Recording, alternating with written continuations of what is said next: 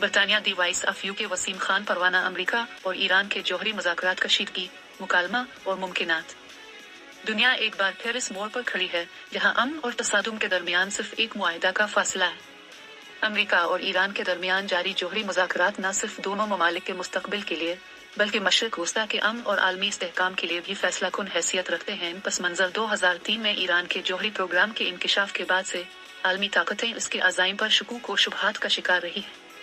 2015 में ओबामा इंतजामिया के तहत तय पाने वाला ईरान न्यूक्लियर डील एक बड़ी सिफारती कामयाबी थी, मगर 2018 में सदर ट्रंप ने एकतरफा तौर पर इस मुआहदे से निकलकर पाबंदियों का तूफान वापस लाद दिया, जिससे दोनों ममालिक के ताल्लुकात शदीद कशीदा हो गए। हालिया कशीदगी 2024 और 2025 में अमेरिका ने ईरान पर ये इल्जाम दोहराए कि वो रूस को जंगी ड्रोन्स फराहम कर रहा है और इलाकाई मिलिशियाओं की पुष्टपनाही कर रहा है।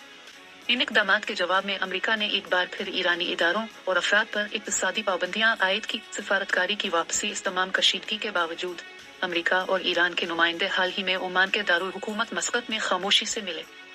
बज़ाहिर ये एक नई कोशिश है कि दोनों फरीक एक बार फिर किसी मुश्तरका फ्रेमवर्क पर मुत्तफ़िक़ हों। मुज़ाकरात के बाद अमरीकी वज़ारत ख़ारजा ने बयान दिया कि हमने ईरान से जौहरी सरगर्मियों पर मुअस्सर कंट्रोल की ज़रूरत पर जोर दिया है।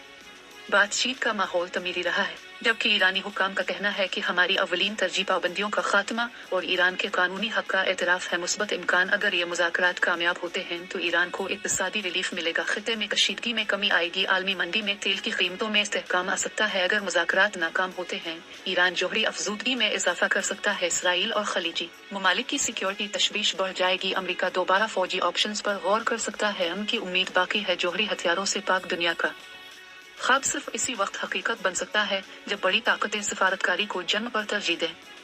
अमेरिका और ईरान के दरमियान मौजूदा मुज़ाकरात एक नाजुक मौका हैं।